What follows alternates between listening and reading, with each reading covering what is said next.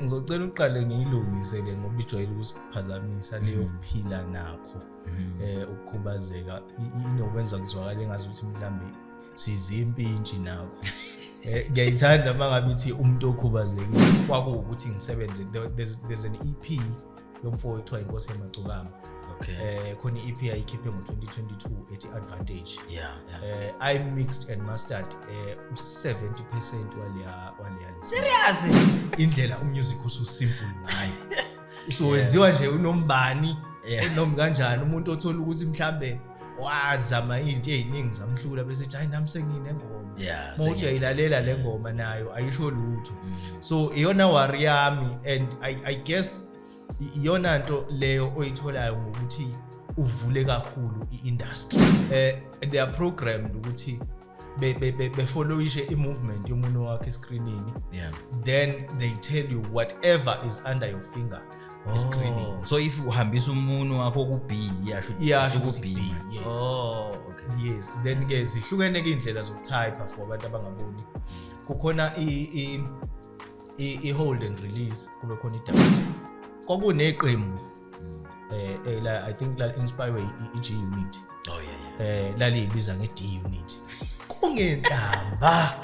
Abafana engangifunda nabo abafana bangaboni bonke. Manje u-D stand for what? Dirty Unit. Oh, okay. So it should have been B Unit.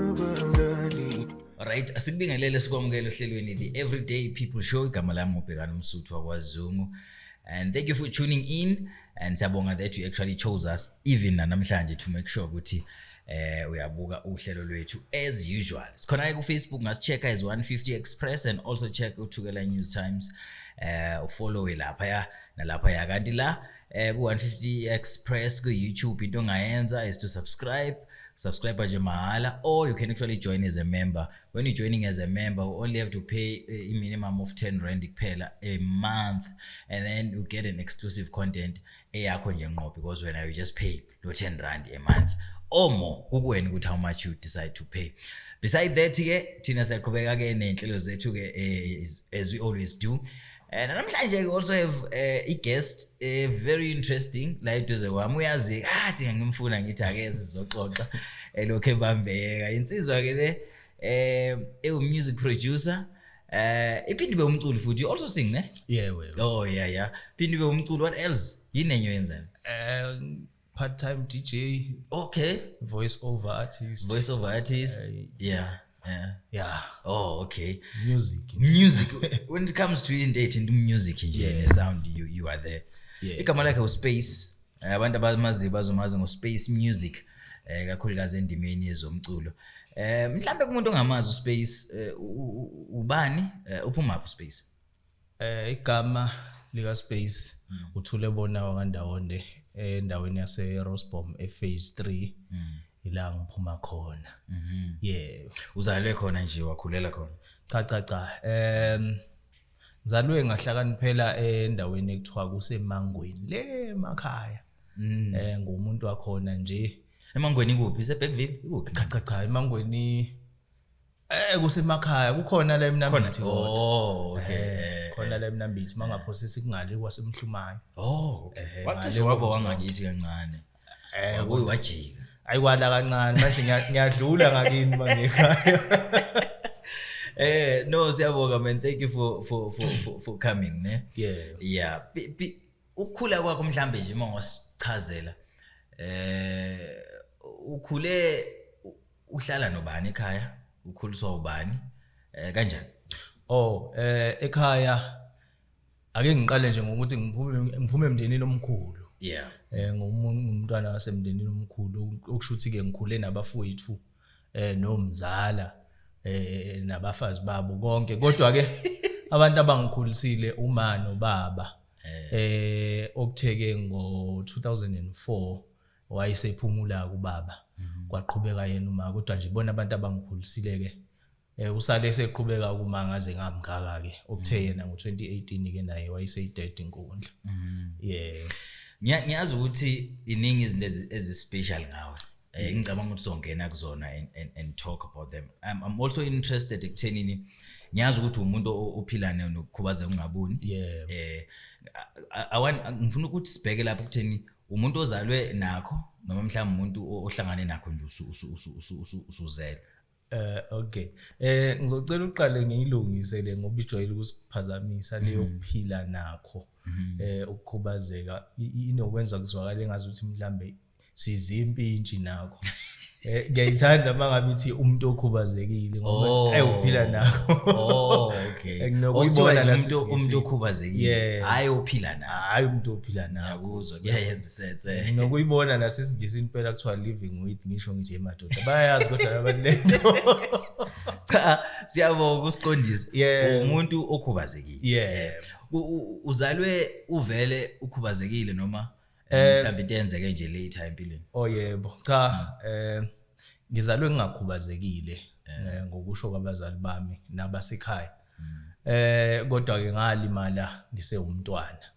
Uma belichaza kudaba bathi ngagula kabani impela ngendlela engacishi ngithathe. Okwaholela ekutheni ngize ngiyolimalela esibhedlela ke ekuxhunyweni kwama drip.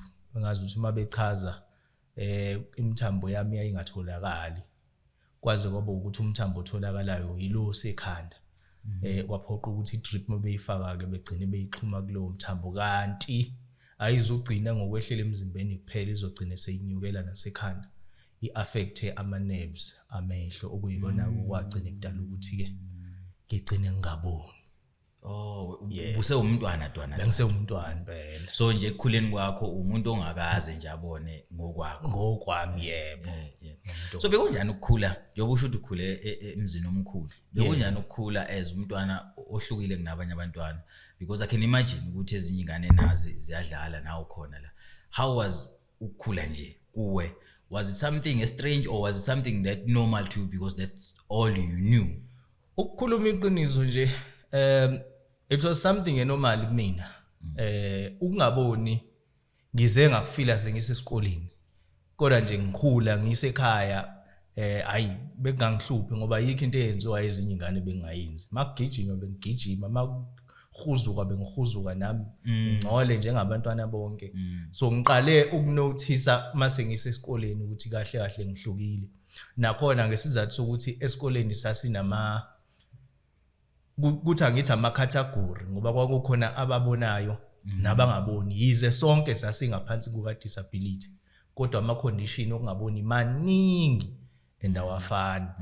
So ila ngaqala khona ubona khona into nje usuthi uyahamba kwesinye isikhathi ngisanda kufika nje uthi uyahamba kubekho kudlula umuntu akushiye nje khona endleleni ungaqala lapho ukubona ngeke inzima kahle kahle lento kodwa futhi ihambe yajwayeleka ke ngoba nendawo ngase ngiyazi ngagcina ngingasabancingi nje ukuthi hayibo phela nami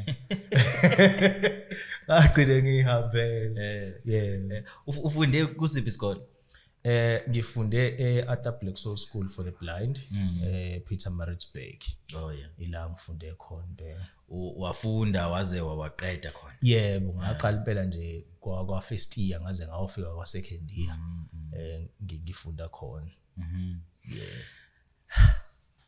So you saying ezinye ingane mayidlala nawe uyagijima khona la?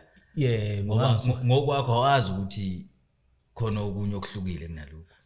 No ngangazi but akuzange kungihluphe. Ngangazi nje impela ukuthi akuzange nabasekhaya futhi babengenayo leyo nto ukuthi hey nina mthanda ukudlala nalona hayi akuzange nje kuze kungikhathaze Nkosi yami ngabe ngiqamba manga. Ngiyazi ukuthi umculo uyawuthanda. Ngifuna sibheke la ukuthi ukuthanda umculo uqalephi ubunganani esikhathi uthanda nje beside ukuthi wenze because ngiyazi before wenze uqala uthande uqala unganani ukunaka uqale unganani ukuthanda umculo makuthi you can actually specify ukuthi I think this time I was starting to pay attention. Memory yami iyahlupha ke ngoba ingibuyisele emuva uma ngabe ngingaphosisi uqala kwami ukuthanda umculo ngiqale around 5 years uthanda kwami umculo nakhona ngiholwa yini ngiholwa uthando le radio ngathanda kakhulu i-radio ngisho ngathiwa uvalile endlini yakho makudlala i-radio ngifica ngihlele eminyango ungayaphi uyiphuzo ngifica nje ngihlalele ngilalele so ukuhlakanipha kwami ke ngahlakaniphela kuwona nje umculo ngiwuthanda ngokwahlukahlukana kwawo ngoba ngithi ngiphuma emzini omkhulu so awukho umculo ongadlalwa ama cassette nje ayimaningi izindlu ngokwahlukahlukana kwazo omzala nobhuti besebenza koMagoli mako Christmas noma uGudi babuyi behla nama cassette amasha manje ngangilo muntu nje wayethanda kakhulu i-radio ngawuthanda umculo ngaleyo ndlela ususijelile ne-age yakho ukuthi hayi ucishe ube ngangami mawazi ama-cassette hayi ngiyawazi phela so uqala nje kwakho ukupay attention it was that time i-radio yakintroduce to umculo and all these things was there a specific genre of music that you think ukuthi iwona owawuthanda kakhulu noma wasondelana nawo kakhulu at that time? Angifuni nje ukuqamba amanga ayikho njengoba ngisho ukuthi awukho music ongadlalwa mina okwami kwakuwukuthi entethi umculo nje ngangiyilalela ngoba ngisho ngafika impela endlini yakho udlala isinakho uma ukhumbula isinakho dance ngangisilalela isinakho ngazi futhi ukuthi isinakho lezi ngangiyibamba nje umuntu mayike washo ukuthi hayi leli cassette lokuthi kodwa nangelinye ilanga amadlala ngibe sengazi ukuthi hayi leli cassette leli elaleli artist noma elale album le ayibukho nje impela oShongwe oRebecca onokwazi besacula igospel olokhunjana bani losisi oNontando oThemkosi baningi Witness of God baningi abantu ababedlalwa ngaleso sikhathi ingane zoma amatshitsha amhlophe kwakukuningi kakhulu kwakuimthente ifike kamuva ke wona ifike kamuva impela ngikhumbula nje amatshitsha amhlophe khona le ngoma eyaduma kakhulu eyayithi igazi lomuntu igazi lomuntu liyakhuluma yayithi ngizombulala kanjani ngisabe igazi lomuntu yona ngoma ke leyo enye ingoma engangiyithanda nganginakho ke ukuthanda uMaskandi nakhona ngicabanga ukuthi i-influence yayiqhamuka ekutheni ngiwumuntu vele ohlala emakhaya yona into edlalwayo le kodwa nje music wona impela uwonkana hayi ngangiwazi impela. Have you ever been interested noma ube interested to, because you're saying uyayithanda radio, most of abantu abayithanda radio will be interested in working a radio. Have you ever been interested in working a radio? I have, kodwa njengoba ngenza voice over manje iyona interest yami leyo kwakuyiyona interest yami leyo uyabona nje mangabe esho ngiyamkhohle igama lakhe lo baba why advertise iKFC mayezothi iKFC igconsisa mathe so yabona izinto ngangithanda lezo zinto ke mina kakhulu eradioweni iyona nto nje engangiyithanda kakhulu not more of ukusakaza ngangakuthanda ukusakaza but le ama advert yona into yayingihlaba umxhwele impela ngithi le ngelinye ilanga ngizoyenza uthi space ukuthatha kubeke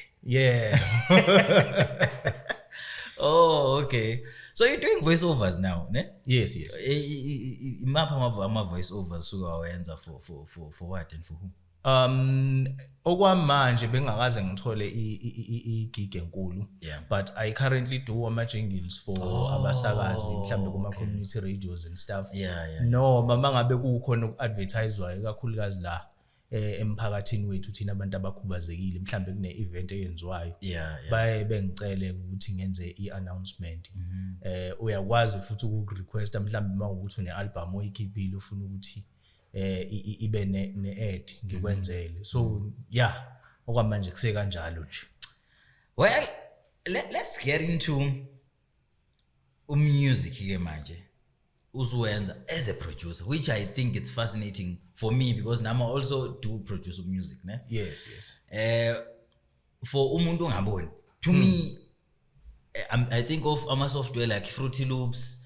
I think of ama software like Cubase, so Adobe, Audition and all these things. I'm thinking ukuthi kwabantu ababonayo, some people babona ngathi lawo ma software complicated already. Yeah. But for you, as umuntu ongaboni, we think it might be worse. But isizofika lapho. Ngifuna ubheka la uqala kwakho ukuthi ngiyaproducer noma ngiyacula. Bekuyinini uqala la? Yo, ijourney yami ithanda ukuba messy. Ngoba nganginento engishisayo ukubona mangabe uzofuna into but ungazi ukuthi iyini futhi mawuyibheka uzoyithatha phi. Kodwa ke ake sihlehle ukhumbula ukuthi ngithe mina ngumuntu wasemakhaya. So ukukhulela emakhaya made me fall in love nesound. Ngeyikhathi la khona WhatsApp nama SMS bengakabikho ngicanthi ifone yayiphathwa umuntu oyedwa endaweni ngalesi yasikhathi. So into esasiyisebenzisa ukumemezana emakhaya ukwazi ukumemeza umuntu from a distance akuzwe njengoba ngoba mawuke wathi hey kunento ikuthwale le anti iziyokuphosa lapha kuloya muntu umuzwe sekuphendula omama babeze benestyle sokucijisa umlomo mangabe ufuna ukuzwakala kahle uthola yabona i-travel leyo sound. So iyona ezinye zezinto ezingifascinate lezo ukuthi lento yenzeka kanjani ukuthi sound isuke la isuke kanje iziyofika lapha ngangiyithanda leyo nto leyo. So enye yezinto ke ezangidriver. So ngakhula ke ngangena esikoleni sabantu abangaboni. Mangifika esikoleni sabantu abangaboni ngifica abantu abafana nami abathanda iradio njengami abathanda music njengami. So ayikho into eyayingayenziwa ibe umusic lapha mawukuthi shaya isifuba sakho sikhaleze idrum okwenza lokho sasiqonqa ukuthi ama desk kusukela nje sizingane esikhula eshaya idesk ucule lapha kube nje. So uthando lami le sound la ngokuya lakhula kanjalo okuthe I think I was around 8 years if not 9 la engaqala khona ukuthi makudlala ingoma eradioweni ngizilingisele.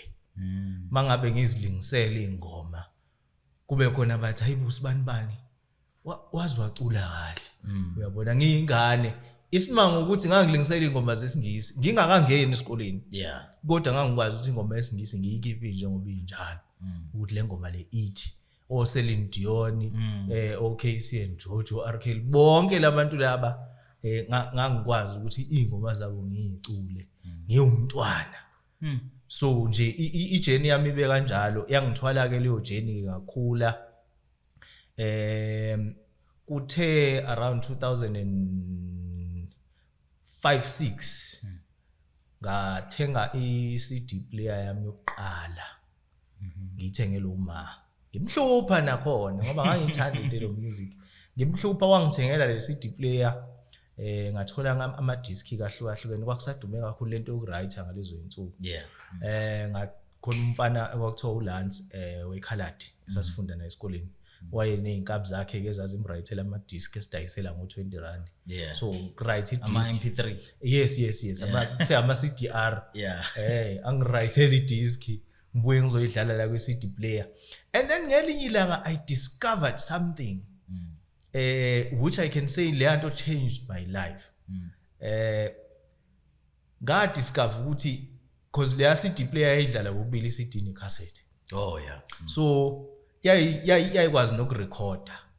Imkhuba ke sasiyigile ema cassettini ikakhulukazi ama original ngoba ama empty sasingajwayele ukuba nawo. Uthatha tissue angithi uyakhumbula ukuthi cassette laline ezimbobo la emakhoneni la ngenzansi uvale lapho bese uyarecord. So I then discovered because sasijwayele ukuthi siqophe ingoma eradioweni mangabe ingoma ungenayo uvela uyifake eradioweni ecassettini. Kwakuthi mayikhuluma ulinda sibiya lapha ugijima usha upause. Yabona.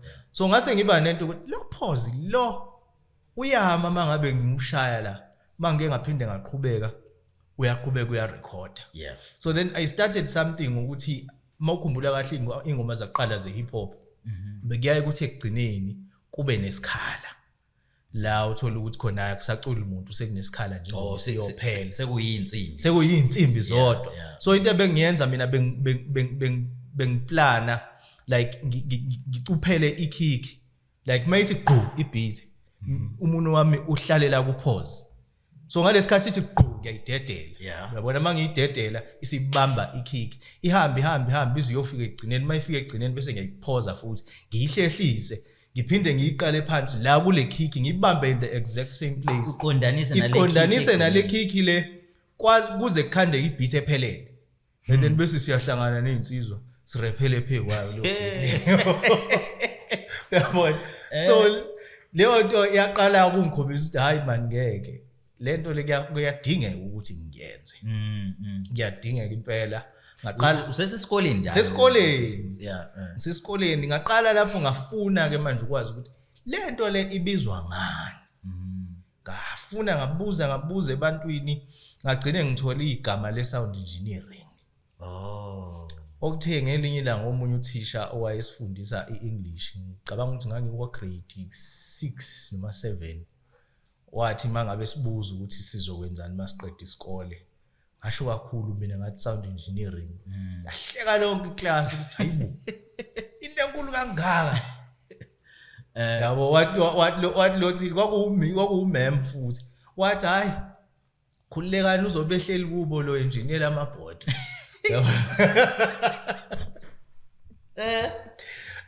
But yangilimaza leyo nto emoyeni because it's something engangifeel ukuthi yabo lento le ngiyayithanda and I need to do it.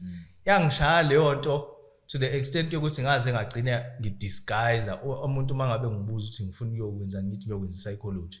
But deep down I knew ukuthi yabona mina straight after school uma ngabe kuukuthi ikhona le course evarsity ngiyoyenza. Uyabona. So ngakhula nje ngiyilo umuntu loyo ngiyileyo nhlobo. Then I was introduced to rap around 2004. Nginamahlonyana ke so ngiqala ukukhuleka kahle ngo2006 nami nga rapper ke njengezingane zesikole zonke. So ubani uintroduce to hip hop 2004 if you can actually remember? Kwakuneqembu I think la inspire iG Unit. Oh yeah. Lalibiza ngeD Unit. Kungentamba. Abafana engangifunda nabo abafana bangaboni bonke. Manje uD stand for what? Dirty Unit. Oh okay. So it should have been B Unit. So ibona abantu abangintroduceayo ku rap lapho. Uqala kwami because ngangilalela ke rap from way back. Yeah. From OH2O Oscar Camp zonke lezo ngangiyilalelo Easy West. But ukubona kwami abantu beyenza phambi kwami kwa lighter something kumina ukuthi hayi man ngeke lento le nami ngayenza. Uyabona. So I was then introduced to rap nami ngaqala ngarapper ila ke ngaqala khona ukwenza lento ebengikhuluma ngayo ukulupha ama beat ukuwachopha ama beats so that sizokwazi ukurapper because ama instrumental ayingatholakali kwakufanele uzuthenga iCD eyisingle ngithi isingle yayiba na 3 tracks kube ingoma kube a cappella kube instrumental and sasingenayo lo mali. You know istyle obulupha ngasa ama beat istyle I think that's the oldest form of actually DJing with hip hop. Yes. I want to DJ Bagdala if you watch ama documentaries hip hop you'll find out they were doing almost the same thing when they were doing mixtapes and all these things. The same way that you are actually doing. To think ukuthi wena you just did it ngaphandle ukuthi uthole information. You know? That's very interesting. Kwangimangaza kakhulu. Nami lokho ngikuthole manje sengimdala. Hayi man. Nayi lento le. People, the pioneers of hip hop, people who started hip hop, started doing hip hop the same way that you actually did. So nami kwaba journey nje kanjalo. So ke ngase ngikhula ke I think it was 2007 where I was introduced to something called FL Stu. Kwakusey Fruity Loops cut. Was it Fruity Loops 6? Kwakuyi 7. 7. Kwakuyi 7. I was introduced to Fruity Loops by a guy ekwakuthiwa usibonelo ngiyasikhohle isibongo sakhe owayefunda esikoleni naye wayethola ngobutsotsi nje thizeni wathatha idisk yayisadayisa ngama-disk wayithatha wayo-install ekhaya wayikhopha waqeda wayibuyisela esitolo wathi ayisebenzi lento icela i-refund wathola i-refund yakhe ne-FL Studio so then he started making beats nakhona inspired by us cause thina sasirapper ngaleso sikhathi he started making beats lakhula kakhulu uthando lale. So this guy was he also blind? No hayi yena wayengekho blind. All right. Okay. So yena wayengekho blind wayenayo isight encanyana so wayekwazi ukuyibona icomputer. Uyena kumuntu ke then I think wanginikeza icopy ye-FL Studio yakhe ngaba nayo but ngingenayo icomputer so I didn't know mangithola ngizoinstall lapha yahlala nje la yayihleli khona yabo kwakuyidisk nje ngahlala nayo angisazi nokuthi yaphele lapha but indlela engangiyithanda ngayo ngangakumind ukuba nedisk yeprogram but ngingeze ukuyenza lutho awazi uyiprogram ngizoyifaka phi ngina computer nginalutho izoyihlalela nje uyena umuntu ke then ngakhula ke okuthe 2010 ngahlangana nomunye umfo owayekhona kwi-data unit but waphuma kuqala kunami esikoleni uMr Rapper umfo kaSikhakhana kushuthi wezwa because ngangaka record at that time wezwa ukuthi hey kunomfana onzima kabi lapha but mabemtshela igama wakhumbula lapho lo mbhemu loyo ngiqala ukurapper around 2004 I think I dropped about 4 lines or 4 bars wathi hey ndoda ayingeke usabheda kusafanele ukhule upolish iskill yangishaya futhi naleyo ngangumntwana ozwelayo yabhlungu le uthi fanele ngipolish iskill kanti ngizosipolisha kwahlala enhlizweni but kwangiphusha ukuthi ngisipholishe okuthe around 2010 wezwa ngami ukuthi hayi ngikhona hayi wangihlaba ngekhole ngihlaba ngekhole eyisibani ngeke man awufike la mawuthola isikhathi sisebenze I think why sanda kuthola istudio thizeni kuphi eMaritzburg yes so mina ngangise boarding school angithi so bengisebenza ama weekend kakhulu mangabe kufanele ngiphume ngiceleke ngelinye ilanga ngenye weekend ukuthi bangikhiphe ngenhlanhla leyo ke bangikhiphe ke ngifike ke esikole elokhunjeni ngifike eThamboville ngifike eThamboville la kayihlala khona lo mfo ngifika nje I think sahlala about 20 minutes because ngamfica edlala ihype hype magazine mixtape yes ngamfica edlala ihype and then what my keeper nje hype wayifaka ama beat ayizase yithelana zase ngumuntu we-freestyle ke bengiseyuyena namanje yabo ayisarapper wathi hayi ndoda ngeke ungenhla kakhulu uyabona unfortunately ke i-session yayi-organiziwe ngaleyo weekend ayibangisenzeka but ngaqala lapho ke uku-introduceka ke manje emntwini oyenzayo ke straight ke manje production khona umfowethu ekuthiwa uJama wakwaDlamini okumngani wakhe uRapper ngafikela kuyena ke mangifika kuyena naye wayesebenzisa iFL Studio 7 ngaleso sikhathi it was around 2010 but kwase kukhona i8 ngiyakhumbula esikhona i8 ne9 kodwa esikhona leso sikhathi i9 ayihlalanga ke kodwa yasheshe yadlula so ngamfica ke yena naye wayesapatanisa ke kwakuthi mina ekhanda lami sengine theory eningi because iproduction ngiqale ngokuyazi ngekhanda before ngiyazi ngezandla ngiqale nje ngokuyazi ngekhanda so kwabalula ukuthi mangifika nami kuyena ngifike ngicontribute ulwazi oluthile bese wathi ndoda ngeke kuzofanele sisebenze uyabona ofanele sisebenze nami ngisemusha kulento but sizohlanganisa then we started forming a friendship ke nje siyischeme sibaningi babe yiqembu kwakuthiwa iT-Gangster then I became a member and a co-producer ke lapho because uJama ubefika shaya ama drums lapha ku FL anginike ikeyboard ngixove angikaze ngidlala ikeyboard before mind you so ngixove lapha kukhale kuphuma ibeat so saqala lapho ke sasebenza ke from 2010 So unikezwe i-keyboard nje MIDI keyboard ne?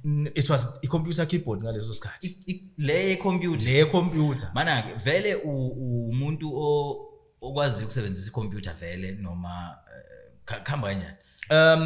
Nganginayo ikliwanyana ngecomputer at the time because esikoleni ayikhona ama-computer. Yeah. So we're using normal computers or normal a special for you guys. Ama-computer for abantu abangaboni namafoni are normal. However, kufakwa a software ekuthiwa i-text to speech or i-screen reader. Okay. Okuyisona ke esiyayisikhulume yonke into esuka isescreenini sakho ke. Oh. Yes. So mawuyithinta nje computer iyakwazi ukutshela mawupress u-A isho ukuthi u-A lo. Mawupress u-S isho ukuthi u-S lo. So yeah. So nganginayo lo clue leyo. So what manginikeza ngithi mangipress akukhale ngenza ama combination ngizama ukwenza sense igcina iphumile lento engiyifunayo. Uyabona? So saqala lapho I started out as a co-producer ke. Ngangena kanjalo nje. Ngangena kanjalo saloku esikhula ndawonye ke njengoba ngishilo ekhanda lami ngangine theory and ngangibuza. Angilo muntu curious kakhulu so ngangibuza uma ngabe kuukuthi khona into engayazi lokhu ngoba kukhala kanje kwenziwe kanjani akusho umuntu bese ngiyacrema umuntu ongaboni ke umuntu ophila ngocrema isikhathi esiningi izinto asuke ezazi uyayicrema so mangabe ethe umuntu hayi lokhu isnare lokhu ikick kuyahlala la hlala ekhanda lami ukuthi okay isnare lesi kick le i-hi hat izinto zonke lezo engangazazi but ngahamba ngayifunda ngendlela ukuthi kwaku kanje ngakhula nje kanjalo but still wanted something ukuthi ngikwazi ukuzenzela uyabona so ngangifuna ukuthi ngikwazi ukuzenzela ngaphuma ngaze ngakhula ngaze ngaqeda isikole ngo2013 ngawushaya umatric wami for the sake of abazali excuse me for the sake of abazali nabantu around I tried applying eMavarsity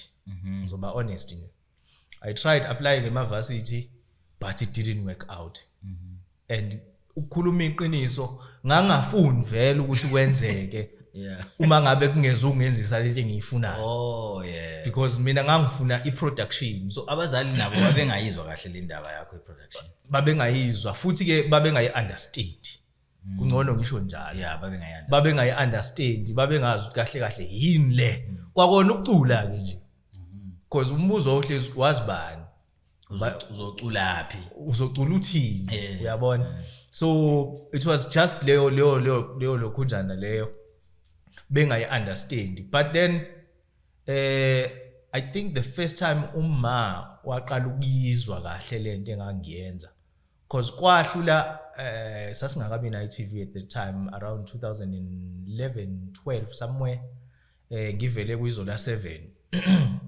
kwafonwa ngapha nangapha kwathiwa usibani uvele ku TV hayi maka ngayizwa Steve wavula kuzola 7 yebo umuntu wakubuka eTV kwathi ubani uvele ku TV wathi nje uma uyabona until 2014 ngathi ngise Hopewell kwenye event yomunye umngane wami ekuthiwa uMazweni wakhona eHopewell eMaritzburg mawazi ingoma zaseMaritzburg nje cishe uyamazi wayesebenza kakhulu nomsizilino MC Killer ngalesi you know who I know waseMaritzburg komjelo wethu Dida Black angimazi waseMaritzburg that's the guy no who else no Chane lomsuthu ngiyambona yeah those are the guys I know I was igenge endala ngempela yeah those are the guys I know was igenge endala ngempela yabo so ngithe ngikuleyo event leyo ngihamba nalomfo engimshoyo ke umfo kaSikhakhane uRabha nenye insizwe yayisiphelezele safika lapha singamenyiwe ku-event inhloso yethu because kwakunoMojaphula lapha and mina I was a very huge fan kaMojaphula production wise even rap wise ngangiyifan nje yakhe so ngangifuna ukuyombona for the very first time because ngangeke ngamfonela before angisazi nokuthi ngangizocelani but ngafona ngo2 ngathi ngisathi ngingqaqe yacela yaphela etime ngayithola inamba yakho Khosini kwiClever Clever wafuna ukuya kwiClever ngangifuna ukuya kwiClever I think kwakuyile impela we all called uMojabu for that ngakhatha then aim yami was to go there and impress ngokwe rap because I knew ukuthi ayikho into engayenza kakhulu production wise at that time so sifike lapha asibone uMojabu asibingelele but abantu akangabazi wayehamba noweza nomunye umfowethu kuthiwa uMarijani so bafike baperforme baqede in fact sangena kwi-open mic thina sangena ku-open mic sa-rapper hayi kancane uyabona sabulala abantu uPhu uyasibona mayesibona uPhu sithi masiqeda siphumele ngaphandle sasiphethe enye ibox nje edlala umusic sidlala ama-beat lapha zishe futhi siraphe asibone uPhu asilandele ayafika sesijoyina naye asifike siraphe kube mnandi athi hayi bafana ngeke ngifuna kwiClever ungagive up ngoLesine it was a Saturday wathi nje ngoLesine ngifuna kwiClever ungagive up bafethu ngizokhansela yonke into yakhona ngi-interest wayiloko ukuthi nobabili aniboni but nobabili niya rapper and nenza freestyle lento ehlula kwamina uyabona so wasithatha wasisokhosini ngangaqali kuyokhosini but the last time ngaye ekseni so abantu abaningi abangizwanga so you've been around been kakhulu so uma waqala ukuthambisa inhliziyo that day ngoLesine ekuzwa engizwe radioweni wathi hayibo mangithi mina ngusibani wasendaweni ukuthi kwachwazi Rosbom yonke ayikwaqala naye wabona hayi ngeke ingane yami ngempela kushuthi iyayenza uyabona waqala lapho ukuthambisa inhliziyo noma ke phela waye nemibuzo ukuthi lento engiyenzayo izokwazi ukusondla uyabo but wayeseyithambisile inhliziyo so wayese free ngisho ngithi ngiyale because at that time akekho umuntu engangisebenza naye around la eMnambithi ngabo 2013 2014 so ngathi mangiqeda isikole ngaphindela eMaritzburg ngayosebenza nalabantu vele bese ngisebenza nabo ithi gangster sabhizi nabo ke sabhizi iskill sami ngaleso sikhathi siyakhula but isikhulele ekhanda because angiyenzi practical lonke ulwazi even imixing mina I did mixing before ukushaya ama beat uyabona you started with mixing I started with mixing ngihlala lapha ngemuva kusofa ahlala uproducer phambili twist izinto ezitwistayo nje hey ngeke ehlisa la lokhu ku strong kakhulu pull down lokhu so yona ndlela engaqala ngayo nje ukwenza even ibeat ngangikwazi ukutshela ku-FL Studio namanje kusekhona ekhaya la mangabe kwenza ihouse ukuthi hayi ama kick akho uzowaqaqanisa ngebass ezu3 wenza be16 izona izinto ezazikhona ekhanda lami lezo because ngiyazi kakhulu ngetheory so I was still looking for something engangakwazi ukuthi ngiyihandlishe and then 2015 a thought hit me ukuthi ngeke ulwazi lecomputer anginalo kangako so I wanted a skill nakhona ngine fear ukuthi lento mangabe kuukuthi igcina ingasebenzi angibe at least in a certificate esithile so there was a college / training center yabantu abangaboni eyayiseMantobela eyayifundisa icomputer ngaya khona ngayo kwenza icomputer khona la ngafika khona ngahlangana nomunye umfowethu ekuthiwa uThulani khona eMantobela okuyena wangifundisa ukDJ ngoba ngithi ngiyi-part time DJ uyena wafika wangifundisa ukDJ eMantobela ngahlala lapha isikhathi esingangonyaka ngihleli nje angilale ebusuku kwakusafika ama BlackBerry ngaleso sikhathi so iBlackBerry to me was the first phone ekhulumayo engayiphatha iyayine screen reader nakhona I bought it through omunye umngane wami ekuthiwa uBongimusa Zungu uRasta so uRasta usebenza kwa Transnet ngamcela ukuthi mfowethu ngoba ngiqualify for icontract but ngiyayifuna le phone ngicela ukuthi ngiyithenge through wena mina ngizokhokhela wena so wangitholela iBlackBerry busadume kakhulu iBIS ngiyakhumbula yes so ngangalala ebusuku researching yabona amakhulu umuntu wa researcher nga researcher mina wonke lo nyaka loyo ngifunana neprogram ezokwazi ukuba accessible to me njengomuntu ongaboni njengoba wonke lama program owabalile FL Studio Cubase bani were not accessible at all. Once wayivula screen reader siyathula asikhulumi because ilokhunja yakhona i-GUI yakhona isikhathi esiningi isebenza ngama symbol uyabo kuba nepanel ayimgqomo lezinto kumele uyiclick so i-screen reader ngeke sikwazi ukuyifunda leyo nto ufunda ukuthi cha usungena lapha kuma settings because kunale sign kuphela kune sign kuphela engabhaliwe futhi nakhona uyabo so i-screen reader sifunda into labeled ukuthi okay leli button lokwenza ukuthi leli button lokwenza ukuthi so I continued researching until I came across omunye usisi no in fact ngathola omunye umfo ekwakuthiwa uRoss McGregor owayesebenzisa iCubase and I wondered how kanti naye way blind naye okay yeah wase UK ngimthola ku internet nje mangabe ngiresearcher I wondered how but I then discovered ukuthi waye nomngani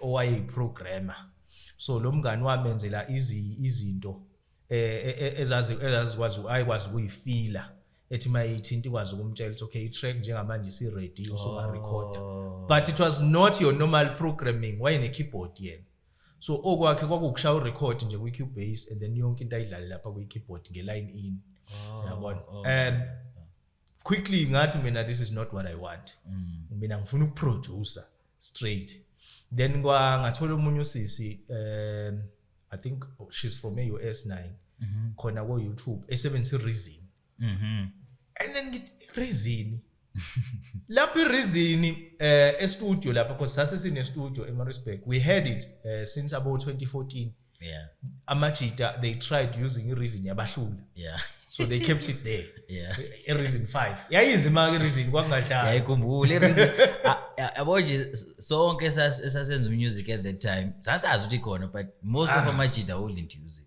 because of that abembalwa kakhulu abantu ababesebenzisa iReason and kwakwabantu impela aba-advance so I came across lo sisi ngezwe ukuthi icomputer yakhe yakhuluma but ikhuluma izinto ezimbalwa inqondo yami ithi at least ke kodwa ngizokwazi ukwenza lento esekhanda lami because I always have beats in my head always ngihambe etaxini hlezi ngidlala ibeat ekhanda lami even high school yayiyona into yayingidistract yabona mangabe umuntu engathi mhlawumbe umculo ufana nobungoma ngamvumela because mina I almost failed grade 11 because of leyo nto leyo libela ama beat nje wayethi uthisha efundise serious ngibe ne blackout engingayi understand so then ngathi mangibuya kupheleni ka 2015 ngafikela ku iReason there's a guy kuthiwa uSonke wakwaDlamini ubhuti wabomncane kaChama lo ngeke ngakhuluma ngaye waba interested kulento engangithi ngizama ukuyenza ukuthi hey le ndoda ayiboni but ifuna upro izokwenza kanjani because wayesebonile vele ukuthi iskill isikhona from ukusebenza nabanye oproducer nani but manje waye curious ukuthi lento izokwenzeka kanjani so ngithi mina no umuntu engimbonile usebenzisa iReason so ngicela ningivuleleni iReason yabo ba click ke ivuleke iReason then senze njani mase sivule iReason ngithi hey angazi madoda kodwa ke lethani icomputer i-keyboard la and I will see ukuthi ngenze njani I tried every combination yama keystrokes o control button o shift button ingasebenzi all I knew was on metronome ku iReason because I only song C so I would press to C ngishaya space bese iyakhala ka I knew it's okay something is happening manje mase ngirecorda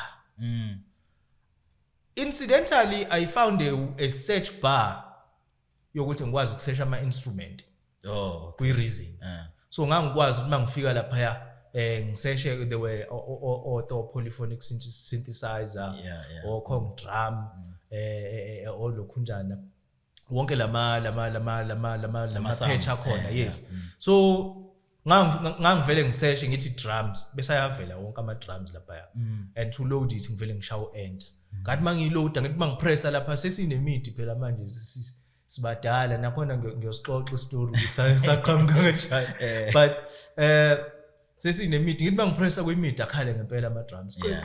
hayi sekuyakhala so manje the key is ngirecorda kanjani lento le Yeah. I knew ukuthi kumele ngifollow metronome so until ngelinye ilanga ngipresse ucontrol no enter yabali metronome Yaqala le.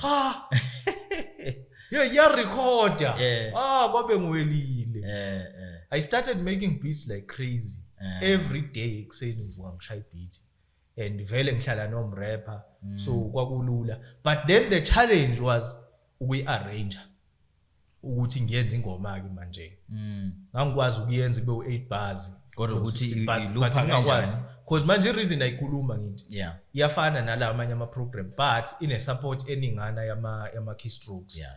so I then started using Reason to make beats. My very first beats nje ngangwenza ngeReason wonke whether i-hip hop, i-kwaito, i-afro pop ngangwenza ngeReason. And then 2016 in fact around 2015 I discovered a software called iReaper. It's called Reaper, REAPER. Mangithi inhla ku internet yey baningi abantu abangabona abasebenzisa lento but akubona bala isetshenziswa kakhulu phesheya. Yeah. Ngayi-download ngi-download iReaper downloada ngayo iBlackberry Yeah. download iReaper and ngayi-installa kwi-laptop ngangila emakhaya Yeah. so ngangihleli noRasta uZungu lo engingakhuluma Yeah. ngi-installe kwi-laptop kaZungu ifishaya inkinga ayikhulumi iReaper hayibo kanjani phela abantu bayisebenzisa kanjani so I went back home ngenze enye research ukuthi I need to know ukuthi lento le ikhulunyiswa kanjani and then I found out ukuthi no kunamanye ama extension awu2 ekufanele ngiwa-install so that ezokwazi ukucommunicate ne-screen reader wathola ngawa-install hayi kwabisukile hayi ke from lapho I've never looked back. Waqala lapho ke producer nje full time ngenza yonke into from beat to i-recording to i-mixing vele ulwazi senginalo so banokungihleka abantu bangabe ngithi mina angizange ngebe yi-amateur ngifike kwi-production ulwazi sengiliphethe vele ukuthi kwenziwa kanjani all I needed was something accessible engizokwazi ukuyisebenzisa so ngaqala lapho ngarecorda ama-jita ngaproducer ngashaya ama-beat kodwa nje I've never looked back. You know, it's exciting because I always ngoba phela kunzima to ask, you know. I always ukuthi ngibuza ukuthi uSpace uchetha kanjani, uSpace ungena kanjani ku Facebook because uSpace ukhona. Yonke indawo. uSpace uyakuphendula, uSpace uyakhuluma. So there are these softwares that actually help. Yes, kakhulu. So what they do they are programmed ukuthi be followishe i-movement yomuntu wakhe escreenini then they tell you whatever is under your finger escreenini. So if uhambisa umuntu wakho ku B yasho ku B. Yes. Okay. Yes, then ke zihlukene ke indlela zokutype for abantu abangaboni. Kukhona i hold and release kube khona i-double tap. So i-double tap ukuthi ulifunele le-alphabet ulifuna uzulithole bese u-double tap iscreen bese liyabhaleka.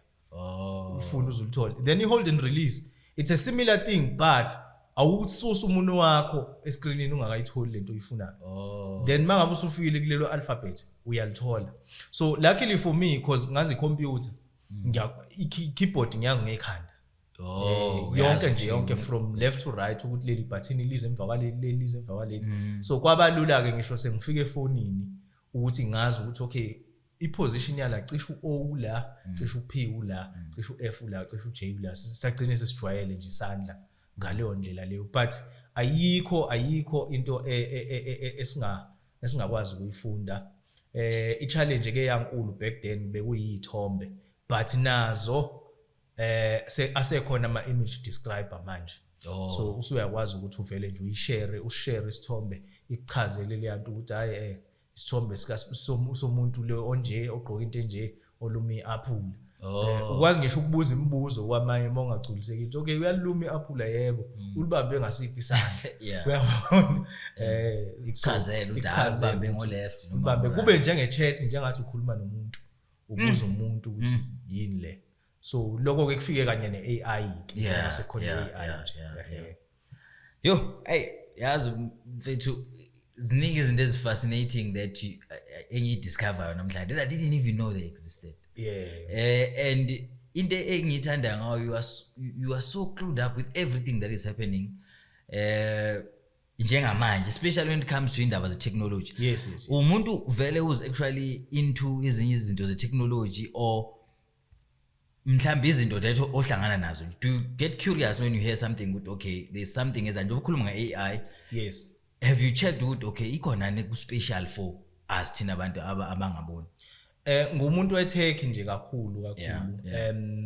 I guess ingakho i-computer ngayazi ngingayazi because ngiyayithanda kakhulu into ene technology phakathi. Kusukela nje ebuntwaneni bami abazi mina ngisewumntwana bengakutshela mina i-radio ngangiyiqaqa ingakhali ngiyihlanganisisa ikhala, uyabona. So ngilo muntu loyo, same thing even ama cassettes, mina i-cassette yabo lento yokuthi maliqashukile uxhume ngesalutape ngangilifasa ifindo mina i-cassette lidlala, uyabona.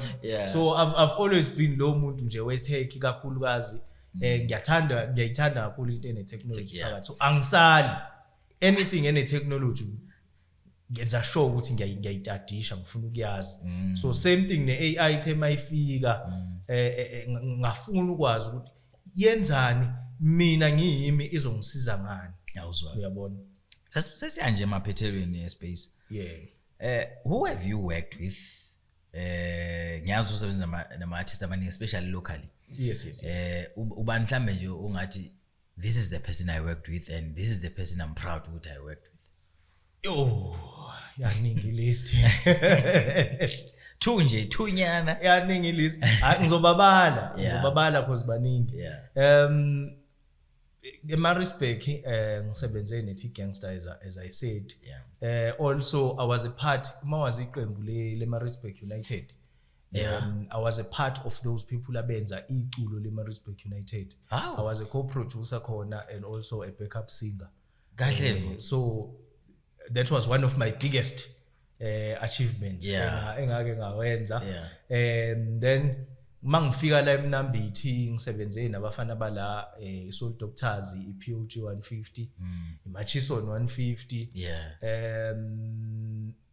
Ngasebenza noZebulon uRasta. uRas. Yes.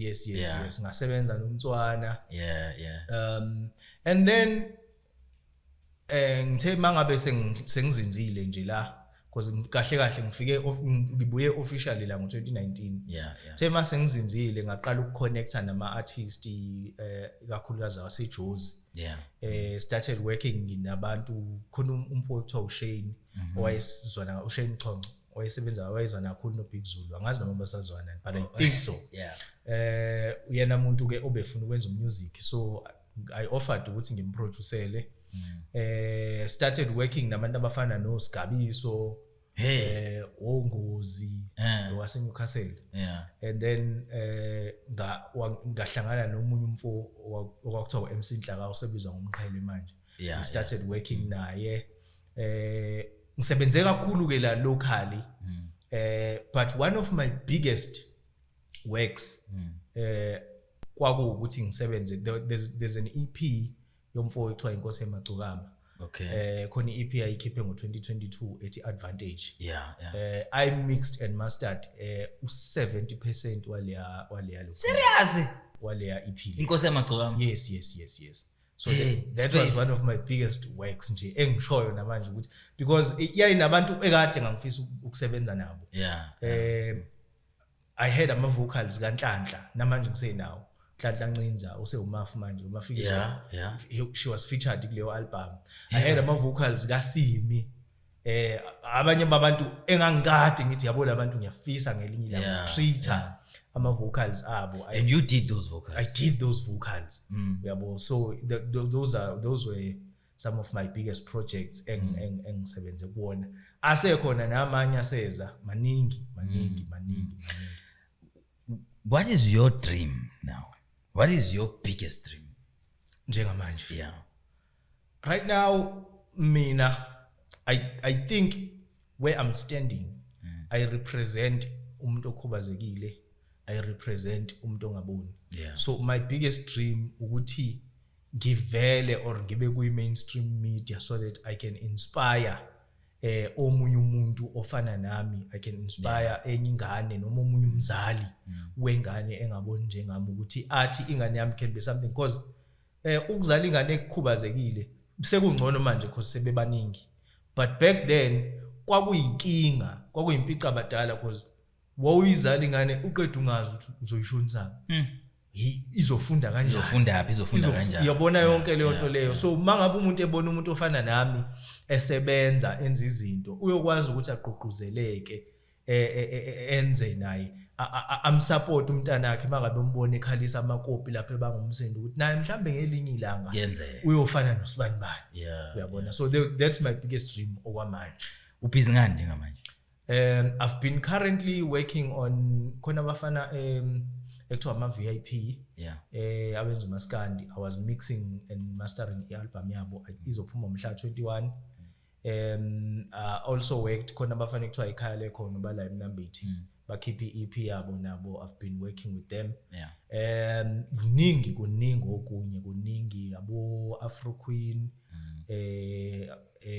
nayo futhi wala eMnambithi Liam wala eMnambithi baningi abantu engisebenza nabo right now engicabanga ukuthi ungathi uphela unyaka umsebenzi wabo usuzwakele no man mhlambe nje one last question because ngiyakubuza because umuntu wo music yes what do you think of music like the music industry wase South Africa right now ngifuna sibheke nje yonke into siyazi ukuthi kune genre range amapiano yes kunomaskandi kunendlela maskandi just nje in general music industry wase South Africa right now I don't know to compare nani but whatever that you can compare it with what is your opinion on music industry in South Africa right now okay angiqale ngokuthi ngihappy ngelevel music wase South Africa osukuyona but ngikhathazekile ukuthi uzoyimaintain in leyo level simply because music right now is being watered down music usulula ngalendlela ukuthi ngisho imbuzi isinganikezwe mic record kufakwe auto tune releasewe indlela music ususimple ngayo usowenziwa nje unombani noma kanjani umuntu othola ukuthi mhlambe wazama izinto eziningi zamhlula bese ethi hayi nami senginengoma manje uyayilalela le ngoma nayo ayisho lutho so iyona worry yami and I guess iyona nto leyo oyitholayo ngokuthi uvule kakhulu iindustry because the industry of music isivuleke kakhulu manje before bekungenwa kwiindustry right now akusangenwa siphakathi sonke umuntu usesebenza la khona sikhona nje so uyabona so manje it's being watered down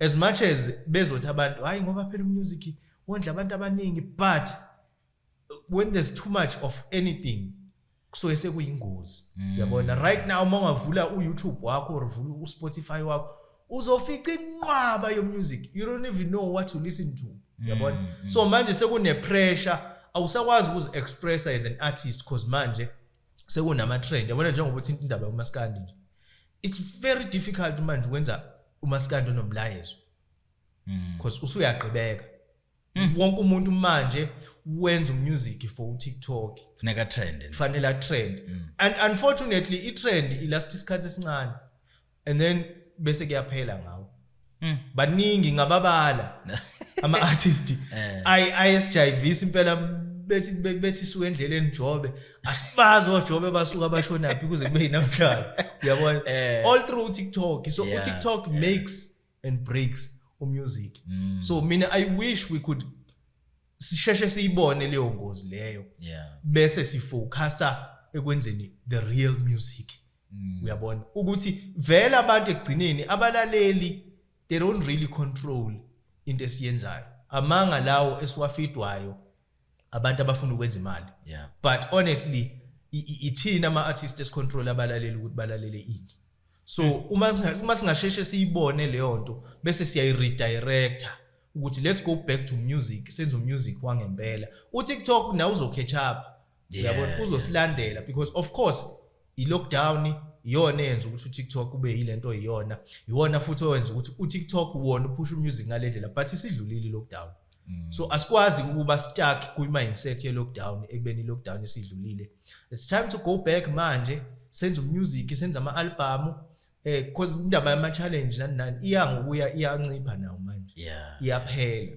So uma kungathiwa ngelinye ilanga kuyasa uTikTok awusekho sizokwenza njani? Mfowethu uyabona. Siyabonga kakhulu man. Thanks for uzosijoyina la. Thanks for talking to us man. Yes. Thanks for isikhathi sakho. Ngifunde a lot from you. You know, mina ngiyazi music wakho. I know you social media. You know, but to sit like this and actually talk. Yeah, kwenza ukuthi umuntu that I can go out now and say no ngiyamazi space ne. Thanks man. Sikufisela inhlanhla kwa yonke into oyenzayo and we hope ukuthi ngelinye ilanga someone will see you and actually see the fact that you can actually inspire a lot of other people. Yes, siyabonga kakhulu. Ngibonge nje nangethuba. Yeah. Noma senganihluphake ngoba kade nanibiza from 2023. Yeah, ngithi ngijelile ufika la ngathi kusho ukuthi vele ubufuna ukubizwa intombazane because mina kade ngithi space izwakala uthi ngeza. Intombazane ikhulume kanye nje. Hawu sabona ngo space ezengena la iminyaka. Hayi konke kunesikhathi.